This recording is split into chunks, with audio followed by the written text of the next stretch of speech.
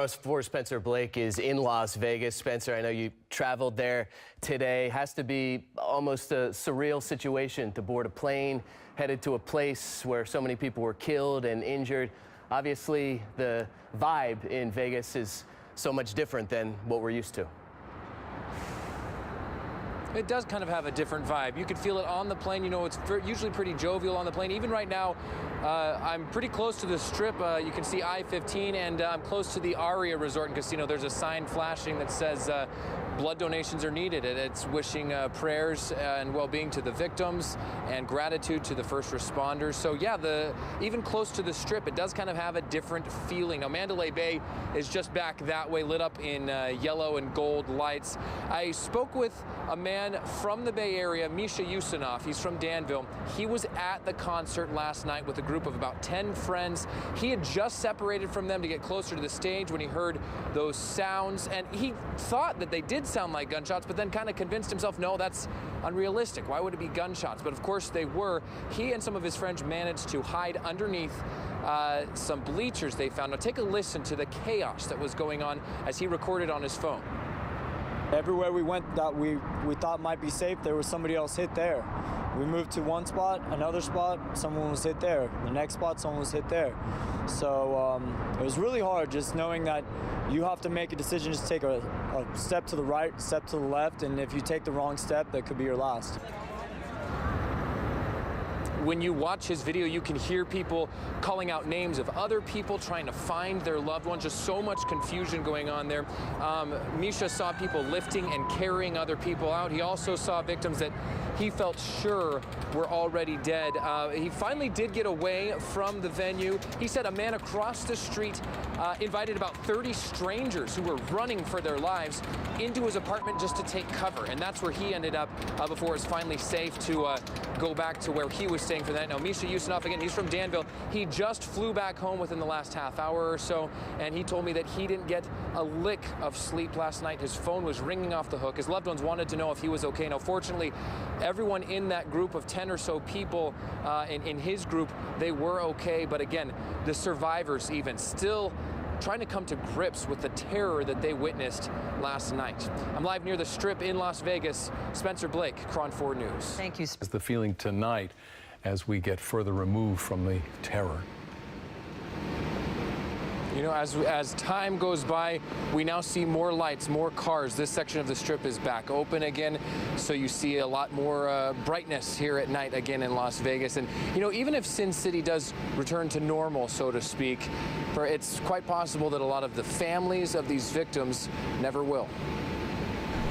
The flowers... All the time when people pass away, this one has to be quite different.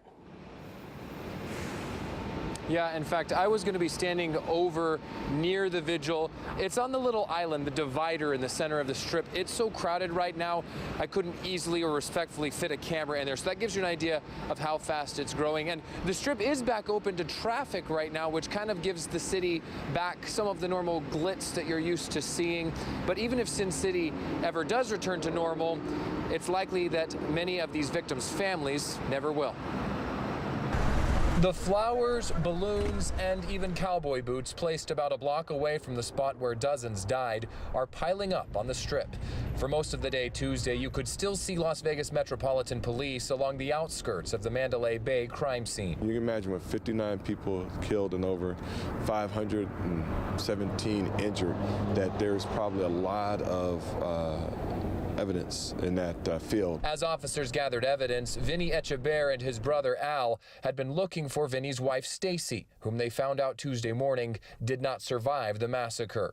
We stayed truly optimistic in driving down there and knowing we were going to bring her back.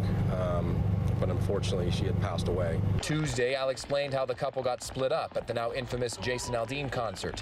Vinny told his wife to run to safety while he helped others. He had transported people to the hospital through a truck, car. There was 2 victims with pretty bad gunshot wounds. And he took them to the hospital and then came back. But the one person he wanted to save the most wasn't there. Al thinks Stacy probably tried to come back, not wanting to leave her husband's side.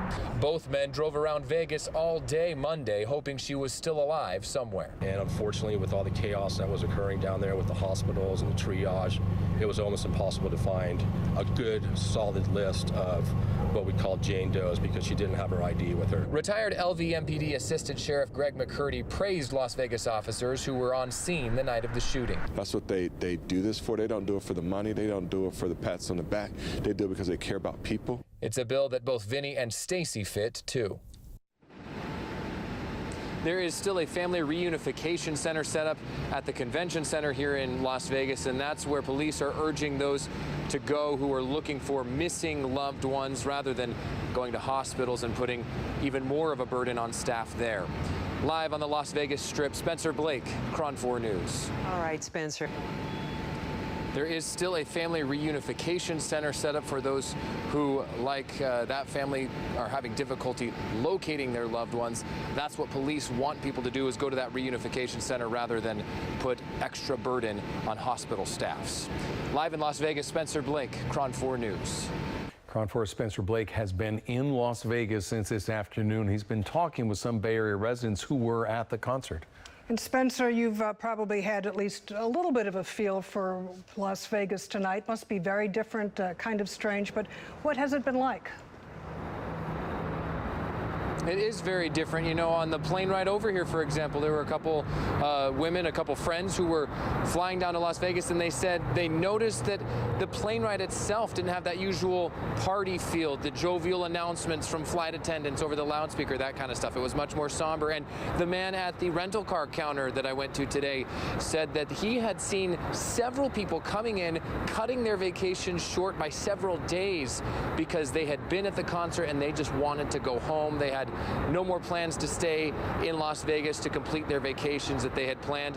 And, you know, I spoke to a couple Bay Area men as well who are still here in Las Vegas. They were at the concert and they survived the massacre by hiding under some bleachers that they found. And of course, they said that they would find one good spot that they thought was safe, but then they didn't know if they should stay there to hide or if they should start running when they got the chance. So there's so much confusion. They said it was hard for them to think straight when there were so many questions wrapped up in their minds. It's so loud, and you don't know. You really don't know. Is it a group or is it one? Is it going to stop in 2 minutes? I mean, it just kept going. It was probably the longest 8 minutes of your life anyone could experience. The wave of people just trying to do whatever comes to mind for their first instinct and run away. I saw a police officer running toward the gunfire, which was the opposite way of everybody else, and that really made an impact on me. The second man you heard from also said that there were other heroes he saw, like people lifting victims who had fallen, trying to cover them and protect them. He also said there was a stranger across the street that invited 30 or so people into his apartment to take cover.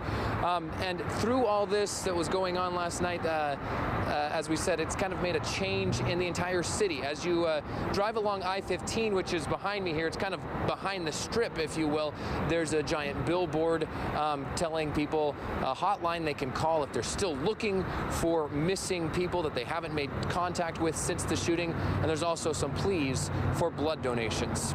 Live near the Las Vegas Strip, Spencer Blake, KRON 4 News.